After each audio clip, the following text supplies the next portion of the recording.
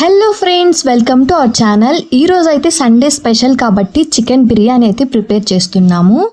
మీరైతే ముందుగా వీడియోకి ఒక లైక్ చేసి ఛానల్ని సబ్స్క్రైబ్ చేసుకోవడం మర్చిపోకండి. చికెన్ బిర్యానీ అంటేనే ఒక ఎమోషన్ కదా, కానీ నేను చేయడం ఇది థర్డ్ టైం అనమాట. కానీ ఎన్నిసార్లు చేసినా మళ్ళీ టెన్షన్గా ఉంటుంది ఇది పూర్తయ్యే వరకు. ఎందుకంటే బిర్యానీ పర్ఫెక్ట్గా వస్తుందో రాదో అనే చిన్న టెన్షన్ అయితే ఉంటుంది నాకు. బిర్యానీ ఎలా చేయాలో స్టార్ట్ చేసేద్దాం. నేనైతే ఫస్ట్ చికెన్ పీసెస్ని కొన్ని అయితే తీసుకున్నాను, పెద్ద పెద్ద పీసెస్. ఇందులో కొంచెం కారం, ధనియాల పొడి, అందులోనే తగినంత సాల్ట్, చిటికెడంత పసుపు, అల్లం వెల్లుల్లి పేస్ట్ ఇవన్నీ వేసుకొని బాగా మిక్స్ చేసుకోవాలి. ఇది మొత్తం మసాలాలు పట్టేంత వరకు బాగా చేత్తో మిక్స్ చేసుకోవాలి కాబట్టి కొంచెం వెడల్పు గిన్నె తీసుకోండి, పెద్దది. బిర్యానీ అంటామే కానీ ఎంత ప్రాసెస్ ఉంటుందో, ఇది చేయడానికి ఒక 2 hours టైం పడుతుంది.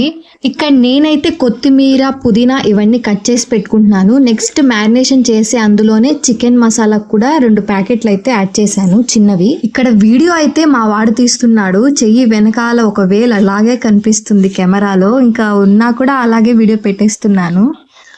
ఇంకా నెక్స్ట్ ఇంకా గ్రేవీగా రావాలి అంటే ఇంకా పెరుగు అయితే ఖచ్చితంగా యాడ్ చేసుకోవాలి కాబట్టి ఇంకా మ్యారినేషన్లో కొంచెం పెరుగు కూడా యాడ్ చేసి కొంచెం ఎక్కువగానే యాడ్ చేశాను. టేస్ట్ కూడా చాలా బాగుంటుంది.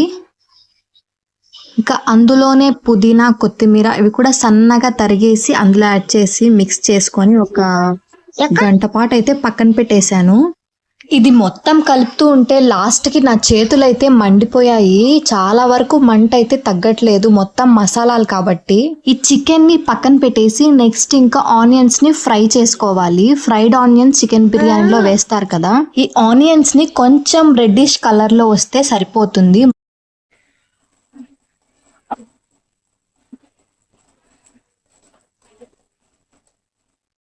ఆనియన్స్ ఫ్రై చేసిన ప్యాన్లోనే కొంచెం ఆయిల్ వేసుకొని చికెన్ని మ్యారినేట్ చేసుకున్నాం కదా, ఇది మొత్తం అందులో వేసి ఫ్రై చేసుకోవాలి.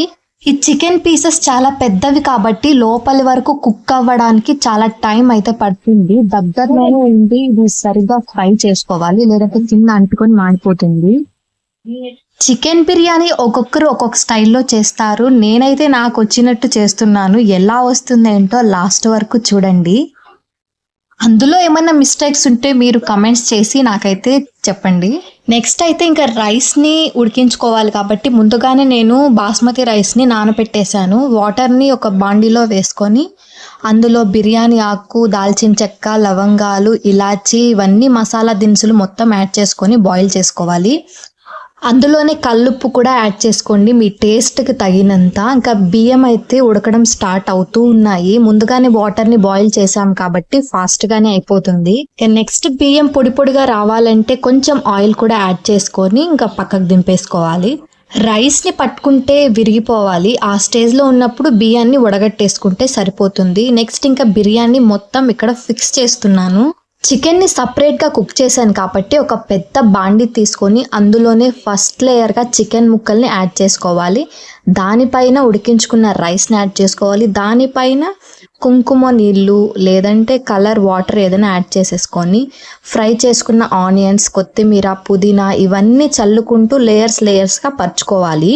అది ఎలా చేశారో నేను వీడియోలో చూపిస్తున్నాను కదా, చూసేయండి. ఒక్క ప్లేట్ బిర్యానీ కోసం ఇన్ని తంటాలు అవసరమా అనుకునే వాళ్ళు కూడా చాలా మంది ఉన్నారు. అదే 100 రూపీస్ ఇచ్చి బయట తెచ్చుకొని తింటే అయిపోతుంది. కానీ ఇంట్లో ఇన్ని ప్రిపరేషన్ చేసుకొని తింటే ఆ ఫీల్ కూడా బాగుంటుంది. ఇది చేయాలంటే ఖచ్చితంగా పక్కన ఎవరొకరు హెల్ప్ చేయాలి, ఒక్కరైతే ఇది చేయలేరు, చాలా కష్టం అవుతుంది.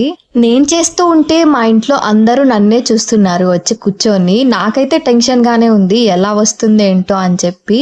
ఆల్మోస్ట్ ఇంకా చికెన్ బిర్యానీ అయితే ఫైనల్ స్టేజ్కి అయితే వచ్చేసింది. మొత్తం ఇలా లేయర్స్గా పరిచేసాం కదా, ఇంకా కొంచెం ప్యాన్లో అయితే గ్రేవీ కూడా మిగిలిపోయింది, అది కూడా పైన అయితే చల్లేసాను నేను. టేస్ట్ కూడా బాగుంటుంది కదా. మా ఇంట్లో అయితే చికెన్ అంటే బోరే కొట్టదు. ఫస్ట్ అయితే మా హస్బెండ్కి, మా పిల్లలకి అయితే చికెన్ అంటే చాలు, ఇంకేం అవసరం లేదు. ఇదైతే పూర్తయిపోయింది. నెక్స్ట్ ఇంకా ఫైనల్గా పైన కొత్తిమీర పుదీనా కొంచెం ఉంది, అది కూడా చల్లేసుకొని ఫ్రైడ్ ఆనియన్స్ కూడా వేసేసి దీన్ని మూత పెట్టేసి గాలిపోకుండా దమ్ చేసుకోవాలి. దీన్ని ఇంకొక 10 మినిట్స్ హై ఫ్లేమ్లో పెట్టి మిగతా 20 మినిట్స్ లో ఫ్లేమ్లో పెట్టుకుంటే సరే రెడీ అయిపోతుంది. లాస్ట్లో చూపిస్తాను ఎలా వచ్చిందో. ఈలోపు మా పిల్లలైతే ఇలా కూల్ డ్రింక్స్ అయితే పట్టుకొచ్చేసారు బిర్యానీ తినిన తర్వాత తాగడానికి.